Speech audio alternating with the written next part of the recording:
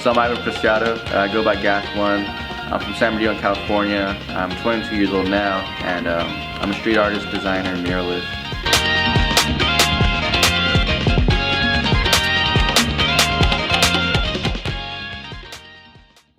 So the meaning behind my name is essentially it's the city of giants. One day I just got caught up doing graffiti. I was on probation. I'm sitting in church.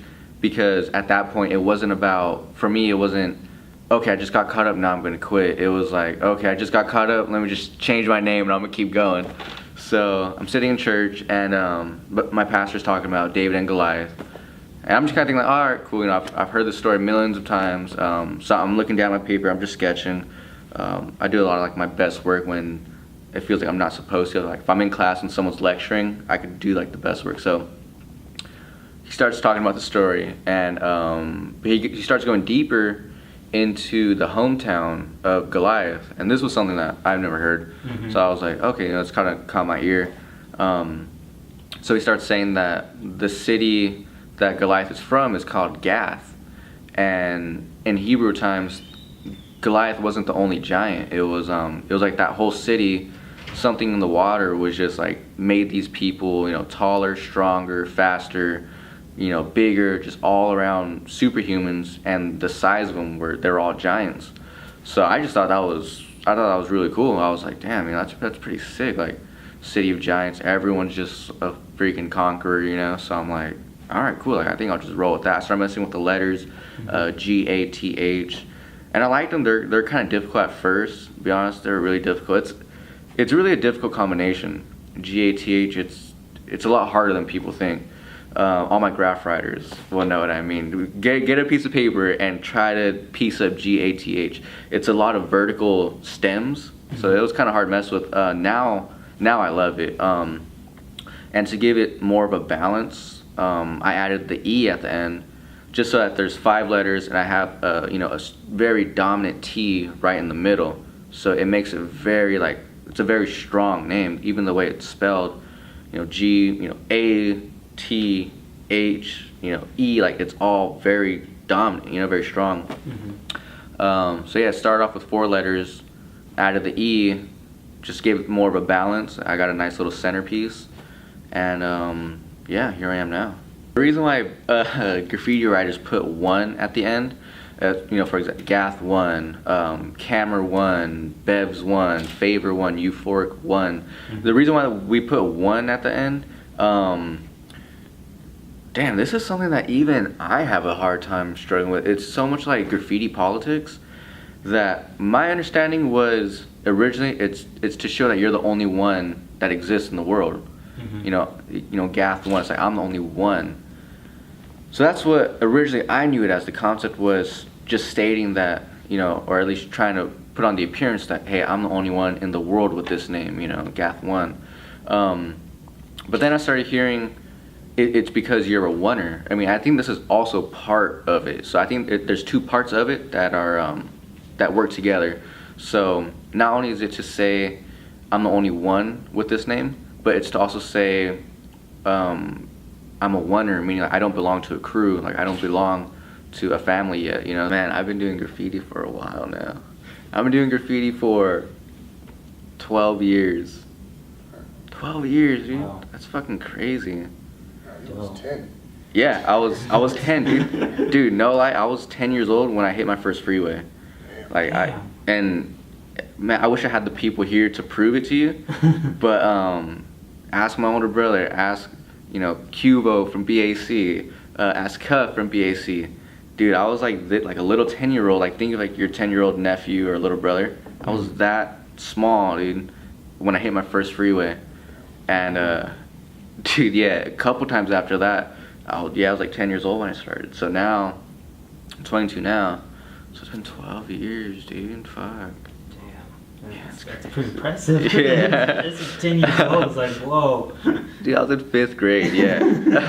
Yeah, dude, so ask Hippie1. Like, Hippie knows I started painting when I was like 10 years old.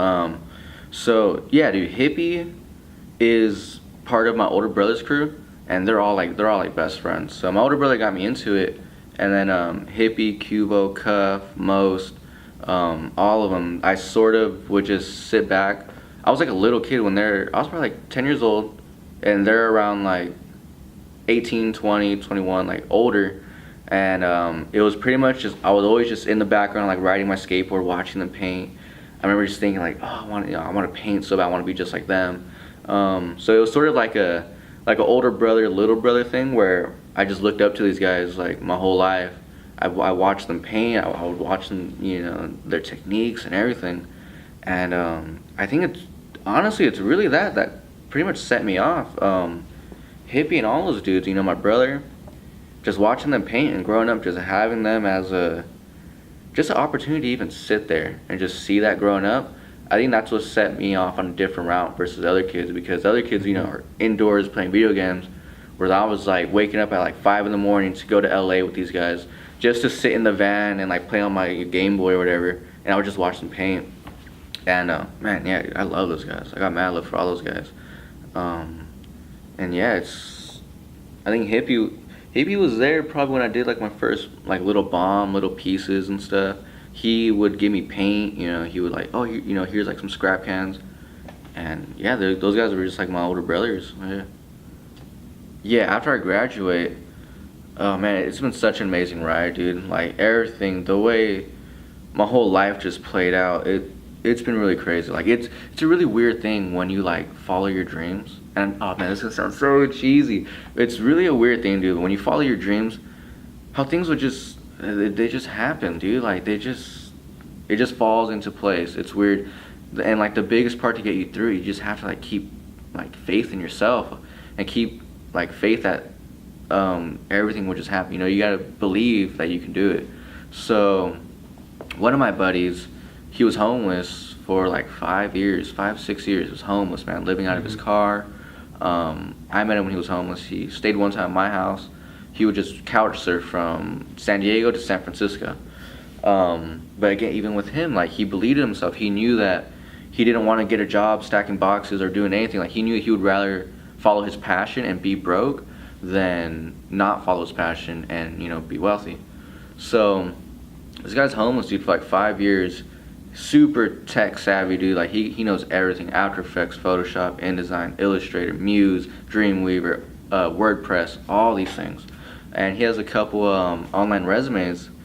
And so one day he gets a phone call from this company or an email, and they're saying basically like, oh hey, someone saw your online resume and they want to bring you in for an interview.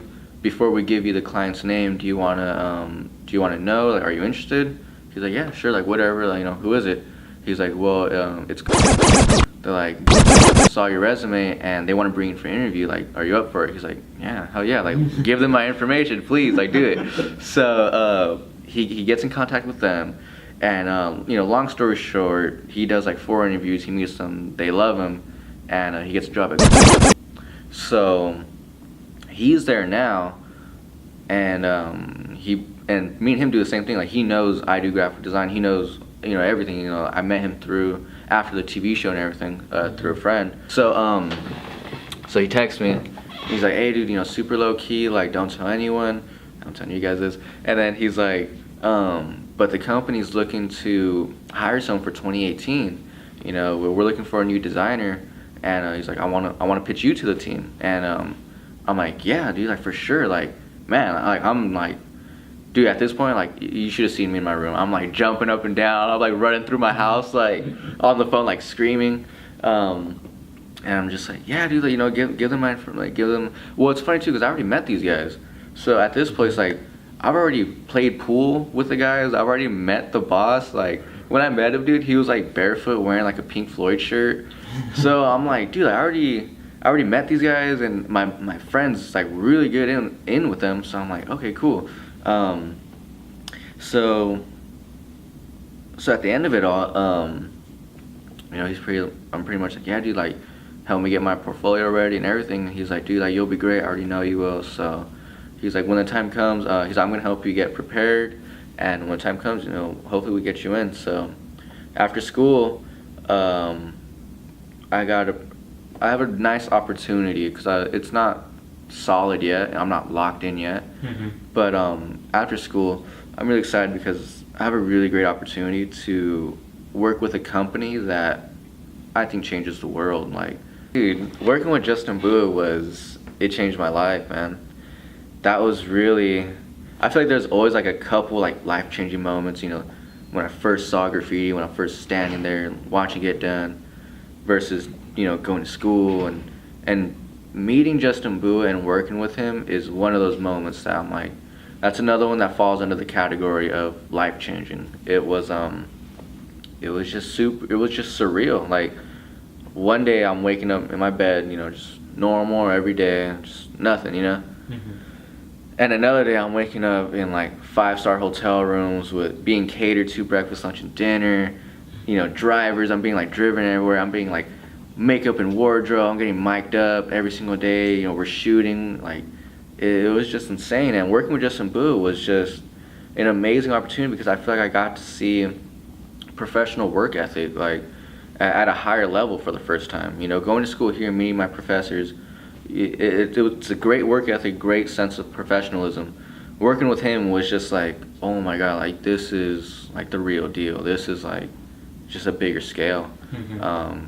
Yeah, and if it wasn't for that guy really gave me, I feel like, a big break. Because if it wasn't for him, I wouldn't be where I'm at now. Like that, it's really like, that's what I'm saying. Like when you follow your dreams, like things just fall into place. Like, dude, if I never would have met that guy, like I wouldn't be here right now. That's really it. We wouldn't even be here right now because there would be no need to interview me. You know what I mean? Like, yeah, like it's crazy. I mean, I love graffiti. I love street art. I just love art in general. A lot of the artists that inspire me aren't even like street artists or like graffiti artists. Just to name off a few, Roberto Ferri, he's one of them. He's this great surreal painter, Italian guy. Audrey Kawasaki is another great painter, great illustrator. She's a girl. Another one would probably be, I follow a lot of artists on Behance. Mm-hmm. So, I mean, there's a bunch of great graphic artists on there. One person I know that I could always like go to when I need like inspiration is my man Bevs. Like he's in my crew. That's what's pretty cool too. Is I actually draw a lot of my inspiration from people that just surround me, like whether it's family, friends, not artists, just life in general. But I would say Bevs, Euphoric, Cry. Who else? I mean, Xer. A lot of these guys.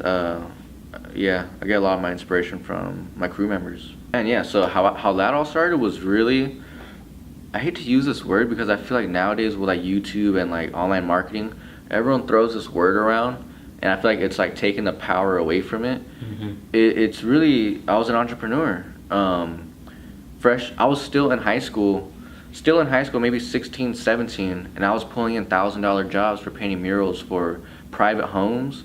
So how I made that transition from illegal graffiti art to like more legitimate and getting paid and doing these things was in high school, in junior year or senior year. I would walk from liquor store to liquor store, barbershop to barbershop, like mom and pop shops, and I would seriously just walk to them. I would ask them, hey, you know, have you guys ever thought about getting like a mural done? And they're like, at first always kind of like, oh, like what do you mean? I'll show them pictures. I'm like, you know, this is what I do. I could do this for you. I could paint like your barbershop name.